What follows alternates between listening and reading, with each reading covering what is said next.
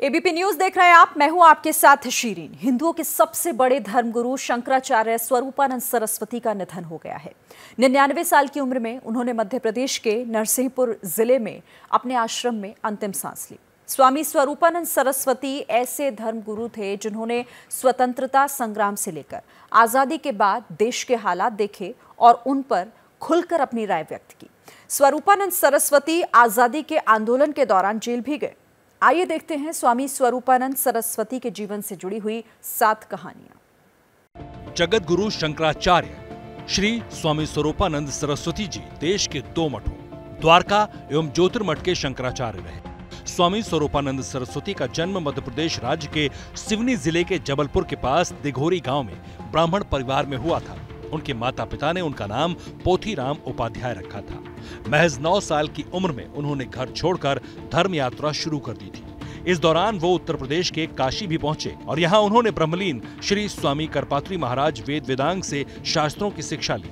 आपको जानकर हैरानी होगी कि साल 1942 के इस दौर में वो महज 19 साल की उम्र में क्रांतिकारी साधु के रूप में प्रसिद्ध हुए थे। जगत गुरु शंकराचार्य का 99वां जन्मदिन 3 सितंबर को ही हरियाली तीज के दिन मनाया गया था। एक तरह से शंकराचार्य शतायु हो चुके थे। 3 सितंबर को आश्रम में जगत गुरु शंकराचार्य का भव्य जन्मोत्सव मनाया गया, जिसमें मध्य प्रदेश के पूर्व मुख्यमंत्री कमलनाथ ने भी शिरकत की थी और महाराज श्री का आशीर्वाद लिया था।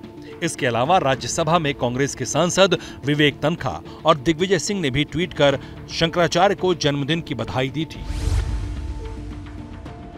शंकराचार्य स्वरूपानंद सरस्वती ने 9 साल की उम्र में अपना घर छोड़ दिया था, जिसके बाद उन्होंने भारत के प्रत्येक प्रसिद्ध तीर्थ स्थान और संतों के दर्शन करते हुए काशी पहुंचे। कम ही लोग जानते होंगे कि स्वामी स्वरूपानंद सरस्वती को आजादी की लड़ाई में वाराणसी में 9 और मध्य प्रदेश की जेल में 6 महीने की सजा भी काटनी पड़ी थी। इस दौरान वो करपात्री महाराज के राजनीतिक दल राम राज्य परिषद के अध्यक्ष भी थे। स्वामी स्वरूपानंद 1950 में दंडी सन्यासी बनाए गए और उसके 31 साल बाद यानी 1981 में उन्हें शंकराचार्य की उपाधि मिली। 1950 में ज्योतिष पीठ के ब्रह्मलीन शंकराचार्य स्वामी ब्रह्मानंद सरस्वती से दंड सन्यास की दीक्षा ली और स्वामी स्वरूपानंद सरस्वती नाम से जाने जाने लगे। पिछले साल जब शंकराचार्य स्वामी स्वरूपानंद सरस्वती महाराज का 98वां जन्मदिन था, तब सर्व ब्राह्मण समाज गोटेगांव ने उनका 98 फीट लंबे तिरंगे से सम्मान किया था। उनके लिए ऐसा करने की वजह भी बेहद शानदार रही, क्योंकि शंकराचार्य स्वतंत्रता संग्राम सेनानी भी थे। देश की आजादी में उनका योगदान था। अंग्रेजी शासन के खिलाफ लड़ाई की वजह से उन्हें जेल में कैद भी किया गया था। शंकराचार्य स्वामी स्वरूपानंद सरस्वती ने अयोध्या में राम मंदिर के भूमि पूजन के मुहूर्त पर सवाल उठाए थे। उन्होंने कहा था कि राम जन्मस्थली पर मंदिर का निर्माण भव्य अंकोर वाट की मंदिर शैली में होना चाहिए, मगर इसमें परेशानी अयोध्या में स्थित उस गर्भगृह की है जो संकरी गलियों में मौजूद है। वेदों में कहा गया है कि भूमि पूजन का शुभ मुहूर्त होना चाहिए। इन दिनों देव शयन पर है, कुछ शुभ कार्य नहीं किया जाता। ये काम 2 महीने बाद भी हो सकता था, जब देव उठानी 11सी हो जाती।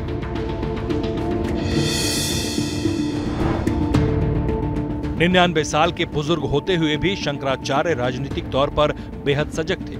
शंकराचार्य स्वरूपानंद सरस्वती हर रोज तेज रोशनी में सहयोगियों की मदद से 2 घंटे अखबार पढ़ते थे। राजनीतिक वजहों से शंकराचार्य कई बार विवादों में भी घिरे। शंकराचार्य होते हुए भी उन्हें राम मंदिर विरोधी तो कभी कांग्रेस समर्थक शंकराचार्य कहा गया। हालांकि शंकराचार्य का तर्क ये रहा कि अगर उन्हें धर्म के इतने परम पद पर बिठाया गया है, तो सही और गलत का भेद करने में उनसे कोताही की उम्मीद भी करना गलत है। ऐसा टीवी के इतिहास में बहुत कम हुआ होगा जब शंकराचार्य किसी टीवी न्यूज स्टूडियो में गए हों, लेकिन आपके अपने चैनल एबीपी न्यूज के स्टूडियो में 12 साल पहले एक ऐसा मौका आया था जब सभी चारों पीठों के शंकराचार्य एक साथ पधारे थे। वो दिन था 7 मार्च 2010 का। उस दिन द्वारका पीठ के शंकराचार्य स्वामी स्वरूपानंद सरस्वती भी स्टूडियो आए थे। असली और नकली शंकराचार्य की डिबेट के दौरान उन्होंने क्या कहा था, आपको सुनवाते हैं। तो हम तो ये चाहेंगे कि जो हमारे देश की मुख्य समस्या है वो गंगा की शुद्धि की है, जल की शुद्धि की है। आप ये देखें कि न जाने कितने बांध प्रस्तावित हैं गंगोत्री से लेकर ऋषिकेश तक और बद्रीनाथ से लेकर ऋषिकेश तक उन बांधों से गंगा प्रदूषित हो रही है। हमारा एक तीर्थ जिसको कहते हैं विष्णु प्रयाग, वो नष्ट हो चुका है, क्योंकि विष्णु प्रयाग में जो अलकनंदा है उसको पहले ही रोक दिया गया है, और जो विष्णु गंगा है उसके लिए फिर बैराज बनाई जा रही है। परिणाम ये हो रहा है कि उस बैराज के कारण ज्योतिर्मठ के पहाड़ के नीचे से वो बन रही है, तो ज्योतिर्मठ के जितने भी स्रोत हैं जिनका पानी ज्योतिर्मठ के लोग पीते हैं, वो सब के सब स्रोत नीचे चले जा रहे हैं। और ये हो सकता है कि पानी के साथ साथ जमीन भी धसक जाए और ज्योतिर्मठ ही समाप्त हो जाए, आदि शंकराचार्य की गुफा खत्म हो जाए। तो इन बातों पर विचार होना चाहिए। इसी तरह से अपराध जो बढ़ रहे हैं भारत में, उन अपराधों को दूर किया जाए जी। और नए नए संप्रदाय निकल रहे हैं, धर्मांतरण हो रहा है, लोग सनातन धर्म से अलग करके दूसरी जगह जा रहे हैं, और इसी तरह से बहुत से लोग निरंकुश होकर साधु के वेश में ऐसा काम कर रहे हैं जी, कि जिससे कि लोगों के मन में साधुओं के प्रति अश्रद्धा जागृत हो रही है। तो उनके संबंध में हम लोग कोई नियंत्रण कर सकें जी, ये सब हमारा सब विचार होना चाहिए। तो वो नहीं हो रहा है। और सबसे बड़ी बात यह है कि जो भगवान आदि शंकराचार्य ने जी एक सिद्धांत स्थापित किया था, एक मिशन था उनका, जिसके लिए उन्होंने ये 4 मठ बनाए थे, तो वो मिशन पूरा होना चाहिए। बिल्कुल। तो उस मिशन के 3 अंग हैं, आपको बताएं हम। एक तो ये है कि उन्होंने ये बताया कि क्या करना चाहिए और क्या नहीं करना चाहिए, और तीसरा मिशन उनका ये है कि सत्य क्या है, परमार्थ क्या है। उस परमार्थ को जानना चाहिए, क्योंकि उसको जानने से ही प्राणी को मुक्ति मिल सकती है जी। तो वो तब समझाया जा सकता है जबकि वहाँ पर शांति हो, संत महात्माओं के प्रति श्रद्धालु लोग जाएं और अच्छे काम करें, अच्छी प्रेरणा वहाँ से लेकर आएँ। हम लोग ये भी चाहेंगे कि वहाँ जो धार्मिक लोग पहुँचें उनको हम ये समझा सकें कि धर्मानुसार धन कमाओ और धर्म के लिए कमाओ जी, ये भी हम लोग बताना चाहते हैं। तो हम कैसे बता पाएंगे जब हम स्वयं ही विवादित बना दिए जाएंगे जी। इसलिए हम लोगों को ये ऐसा लग रहा है कि एक अच्छा अवसर है, जबकि 12 साल के बाद हम लोग हरिद्वार में एकत्र हो रहे हैं, उस अवसर का समाज लाभ उठाए जी। और हमें इस बात से प्रसन्नता है कि उसमें आप लोगों ने हमारा योगदान किया है और हमारी बात आप देश विदेश में पहुंचा रहे हैं। हम ये चाहेंगे कि आगे भी आप हम लोगों का सहयोग करें। सबसे मुख्य बात ये है कि हम लोग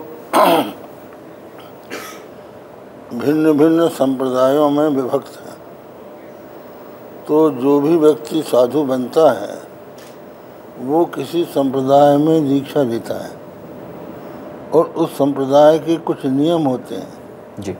उन नियमों का वो जब पालन करता है तो वो संप्रदाय का माना जाता है, और यदि उन नियमों के विरुद्ध आचरण करता है तो वे संप्रदाय स्वयं ही उसका बहिष्कार कर देते हैं।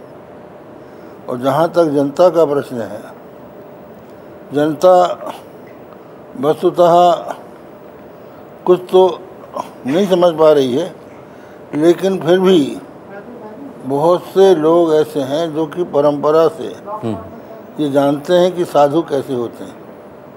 तो जो महात्मा होते हैं, सबसे मुख्य बात तो ये है कि जिसने घर का त्याग कर दिया वो साधु होता है, और जो ब्रह्मचर्य से रहता है वो साधु होता है जी।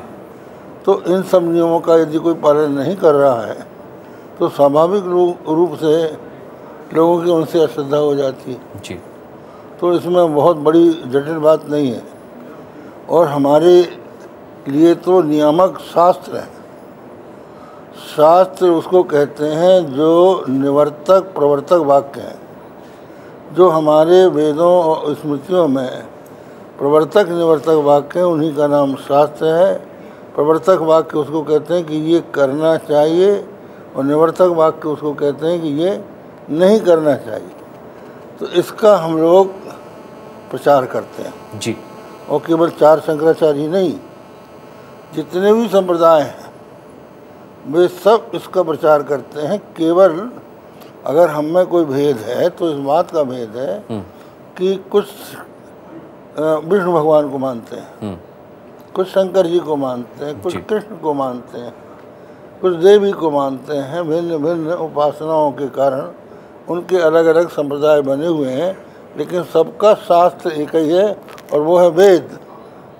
और आचार के लिए उस वेद के अनुकूल स्मृतियाँ हैं और साथ ही साथ पुराण है, रामायण है, महाभारत है और श्रीमद् भागवत जैसे पुराण हैं जी। इन सब के द्वारा हमें धर्म का ज्ञान होता है। आजकल गड़बड़ी ये है कि बहुत से बड़े बड़े आयोजन तो होते हैं, लेकिन आचार संबंधी शिक्षा कम लोग दे पा रहे हैं जी। और बहुत कुछ हमें कहना नहीं चाहिए। ऐसी बातों का प्रचार आपके जो इलेक्ट्रॉनिक मीडिया है उसके द्वारा भी होता है। हमसे एक व्यक्ति ने पूछा था कि दिल्ली में बहुत से अपराध हो रहे हैं, तो इसका उपाय क्या है? तो उनका बहुत से अपराध तो आप ही बता रहे हैं, लेकिन अगर आप उसकी निवृत्ति चाहते हैं तो हमारा अनुरोध ये है कि जो 18 प्रकार के नरक हैं, मरने के बाद किन किन पापों के कारण कौन कौन सा नरक होता है, वो भी आप अपने टेलीविज़न में दिखाने लग जाएं तो बहुत से पाप कम हो जाएंगे। क्या मजबूरी है मेरी, बताइए। मैं अभी आपको बताती हूँ कि मैंने ओए होए होए होए नमकीन के चटकारे लेते हुए टकटकी मार के डिबेट शो को पॉज रिपीट कर करके देख रहे हैं जोगिंदर जी। इनकी तरह आप भी देखें अपने फेवरेट डिबेट्स को रिपीट कर और डाउनलोड कीजिए एबीपी लाइव ऐप अपने स्मार्ट टीवी पर।